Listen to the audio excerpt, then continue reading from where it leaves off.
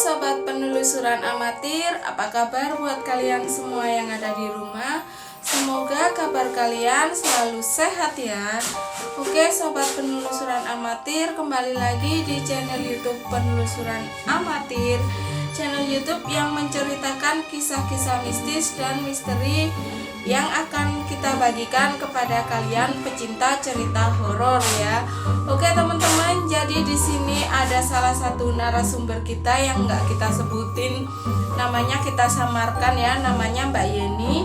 Jadi Mbak Yeni mau cerita, sudah kirim via voice note ke kita. Jadi ini dia ceritanya. Jangan lupa kalian tonton video kita sampai habis, jangan di skip, jangan dicepetin ya videonya. Tonton video kita sampai habis. Oke teman-teman penelusuran amatir, silakan dulu pencet tombol subscribe dan ini ceritanya. Aku punya sebuah kisah yang ingin aku bagikan kepada sobat penelusuran amatir. Ini sangat horor sih menurut aku. Ini berdasarkan pengalaman nyata aja ya. Nah, waktu itu aku tuh nyewa sebuah rumah yang terletak di dekat industri. Jadi itu kayak pabrik kayak begitulah. Setelah aku beberapa hari di situ, ya hawanya itu di kamarnya tuh kan kayak lembab, kadang panas, kadang dingin gitu. Ini tuh kenapa gitu kan? Aku tuh sempat bertanya-tanya. Ini tuh terus aku kan cek kamar ya. Aku sih sempat kayak kepo gitu kan. Soalnya ini tuh bangunan baru, tapi kok ada bercak-bercak sesuatu gitu di kamar mandi gitu. Di kamar mandinya itu aneh. Jadi tuh pintunya itu kayak rusak gitu. Ada hiasannya sih, kayak ada ornamen. Nah, di tengah pintu tuh ada ornamen. Nah, ornamen yang di tengah pintu tuh sampai copot. Itu tuh kayak bekas copot tapi dilem pakai lem bakar gitu kan. Terus ada sebuah besi, kayak besi jemuran, itu kan ada di tiang gitu loh, di kamar mandi.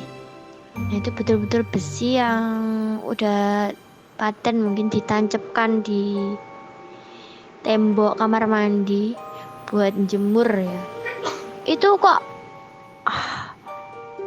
apa patah gitu loh, kok ada bekas patah di situ, kenapa ya? Aku kiranya kan mungkin nggak apa-apa gitu, mungkin bekas penghuni yang lama gitu, udahlah gitu kan.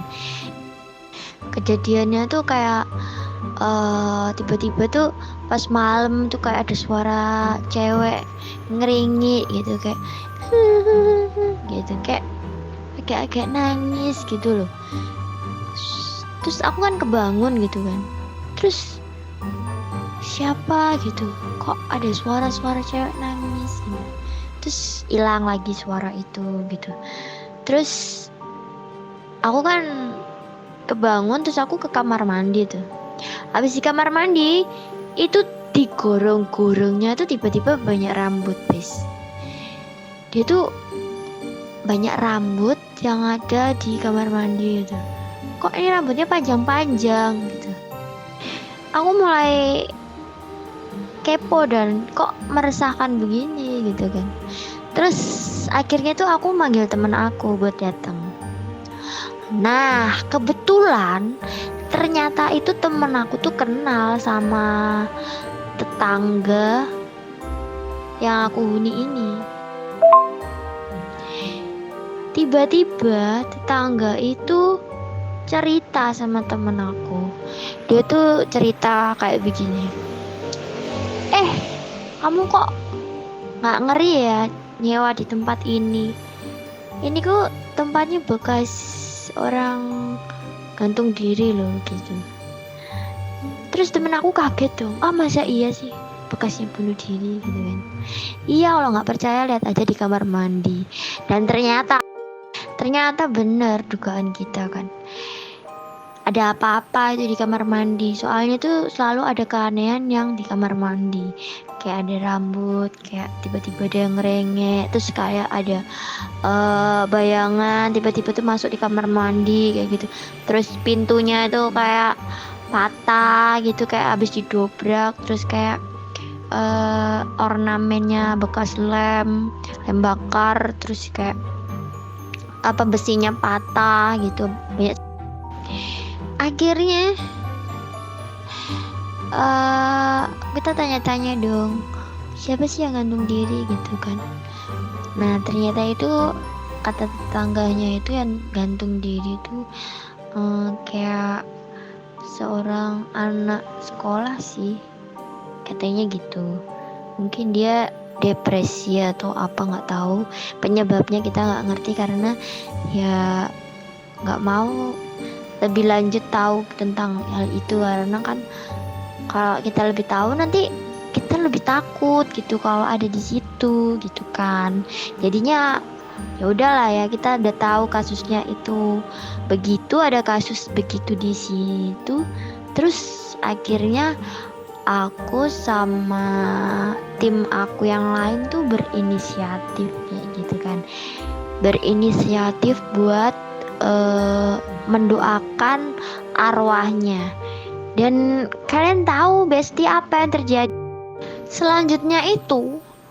Waktu kita itu mendoakan arwah, kita tuh pakai perantara kayak doa dan juga air gitu kan ya, air yang sudah didoakan gitu kan.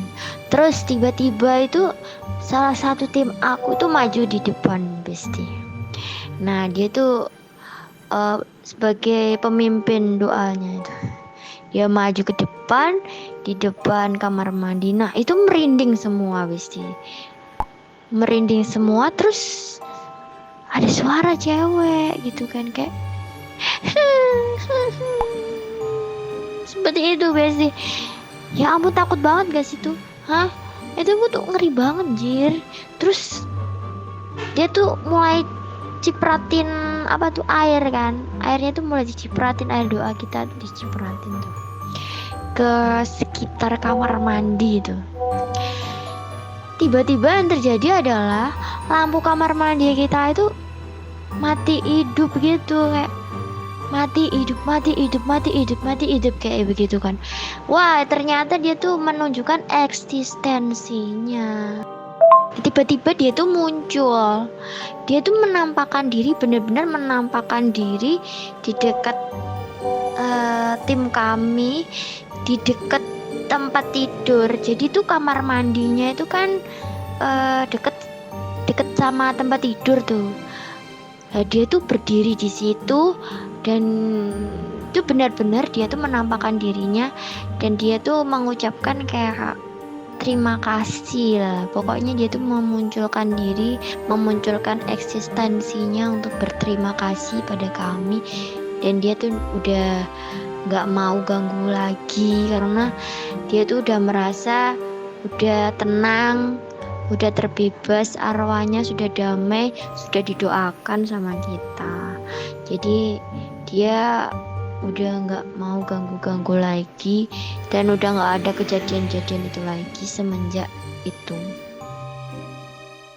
Aku punya pengalaman cerita mistis lagi di tempat yang sama itu Besti, sobat penelusuran amatir. Jadi waktu itu sedang ada terjadi pagebluk di desa. Itu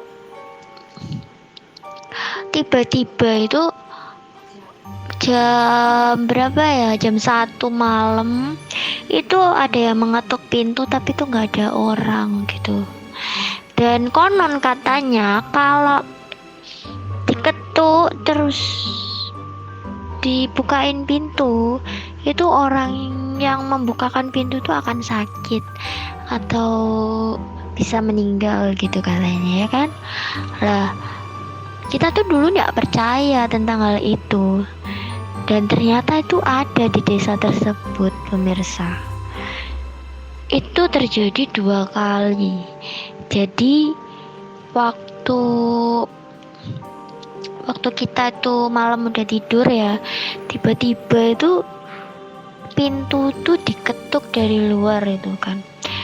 Sebenarnya tuh di dekat pintu tuh ada jendela, tapi karena ada statement kayak begitu, kita tuh jadi takut buat ngintip gitu kan. Nah, jadi tuh ternyata itu waktu itu kita cerita-cerita kan, kita cerita-cerita ke tetangga sama ke temen gitu kan di daerah situ. Ternyata mereka tuh juga mengalami hal yang sama gitu. Jadi yang ketok-ketok pintu tuh kayak hantu gitu kan. Hantunya tuh kayak berupa jubah hitam ataupun kerenda melayang gitu. Dan itu sangat mengerikan. Jadi itu bener-bener nyata. Sampai didatengin 2 kali. Dan untungnya itu kita nggak diteror terus, soalnya habis kita tuh dapat berita kayak begitu tuh, kita langsung melaksanakan ritual berdoa bersama. Jadi kita tuh langsung meminta perlindungan kepada Tuhan agar kita terhindar dari makhluk-makhluk yang tak kasat mata, yang jahat seperti itu, dan juga terhindar dari mara bahaya.